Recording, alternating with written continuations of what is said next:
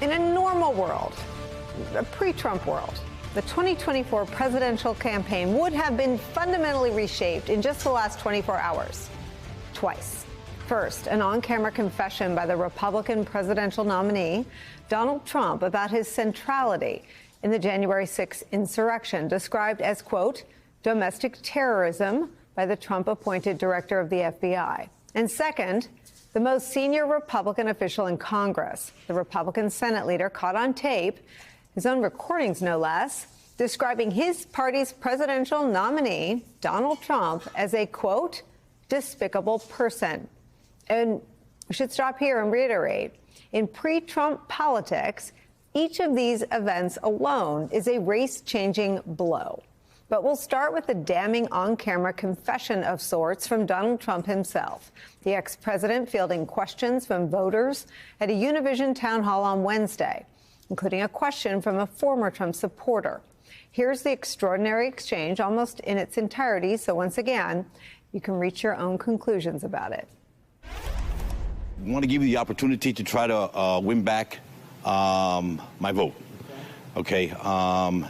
Your I'd say action and maybe inaction during your presidency and the last few years sort of, was a little disturbing to me. What happened during January 6th and the fact that, you waited so long to take action while your supporters were attacking the Capitol.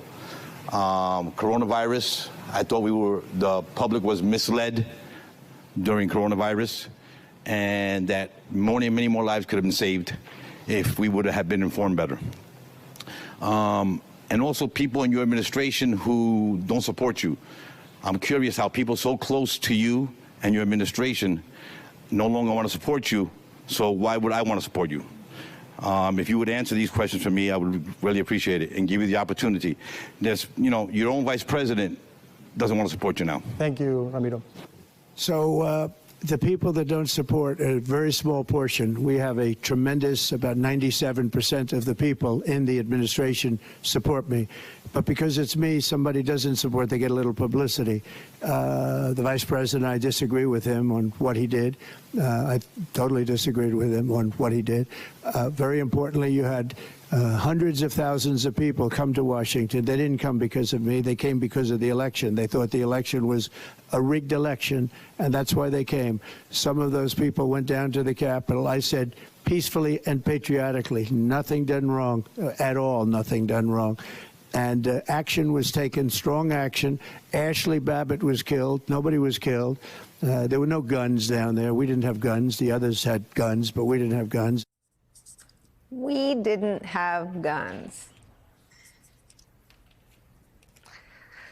In case it wasn't clear, the we he is there referring to is the insurrectionists and him. The, quote, others that he refers to with guns are the police officers who defended the United States Capitol that day, and Mike Pence, and all the Republican members of the House and the Senate. So now, 19 days ago, Donald Trump is saying out loud what has been investigated through a congressional probe and the Department of Justice. A lot of that revealed in the body of evidence developed by those investigators, that the violent mob that stormed the U.S. Capitol was part of Trump's own plan to overturn his defeat on January 6th. And that mob was indeed armed. They did have guns. We had guns, Donald. And he knew that before he sent them to the Capitol. Here's Cassidy Hutchinson. So, Ms. Hutchinson, is it your understanding that Mr. Ornato told the president about weapons at the rally on the morning of January 6th? That's what Mr. Ornato relayed to me. But when we were in the offstage announced tent, I was part of a conversation. I was in the vicinity of a conversation where I overheard the president say something to the effect of, I don't effing care that they have weapons. They're not here to hurt me. Take the effing mags away. Let my people in. They can march to the Capitol from here. Let the people in. Take the effing mags away. It was a mystery for a while, right? How did he know that? They're not here to hurt me. Quote, let my people in. Now we know. We didn't have guns, he says. 19 days to Election Day, and Trump is telling voters the people who attacked the Capitol were part of a we. They were on his side, and he is on theirs still. It brings us to another stunning development today. A new book by Associated Press Washington bureau chief Michael Tackett reveals this, quote, Mitch McConnell said after the 2020 election that then President Donald Trump was, quote, stupid, as well as being ill-tempered, a, quote, despicable human being, and a, quote, narcissist. And he said all that. That's what Mitch McConnell said to Donald Trump before the insurrection.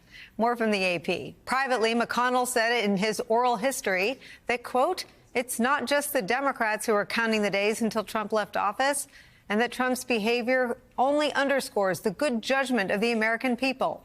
They've had just enough of the misrepresentations, the outright lies, almost on a daily basis. And they fired him. And for a narcissist like him, McConnell continued, that's been really hard to take. And so his behavior since the election has been even worse, by far, than it was before, because he has no filter now at all. Now, before those Georgia runoffs, McConnell said Trump is, quote, stupid as well as being ill-tempered and can't even figure out where his own best interests lie. Like we said, in a normal world, that would be a thunderclap, enough to completely derail a political campaign, a candidate leading a political party. So when we say that's not what it is anymore, this is an example that proves that out. An admission that you're on the side of the violent extremists who attacked the U.S. Capitol, and the #1 Republican in the Senate calling you, quote, stupid, quote, despicable, and, quote, a narcissist. All that happened in the last 24 hours. Should be devastating, again, to a politician, someone seeking to run the government. But we live in a world where the GOP has splintered in two rather violently. On one side, a robust authoritarian movement that demands you toss your views aside or become an outcast. People like Liz Cheney, Adam Kinzinger. Case in point, Mitch McConnell now supports the man he described in his own words in something called a personal oral history as stupid and despicable. His words on a tape recording he made and shared with a reporter. And on the other side, a small but growing group of disaffected Republicans and independent-minded voters. That split, particularly when it applies to January 6th and Donald Trump's disdain for the hallmarks of democracy, has given Vice President Kamala Harris an unprecedented opportunity and opening that she is seizing on with Republicans and independents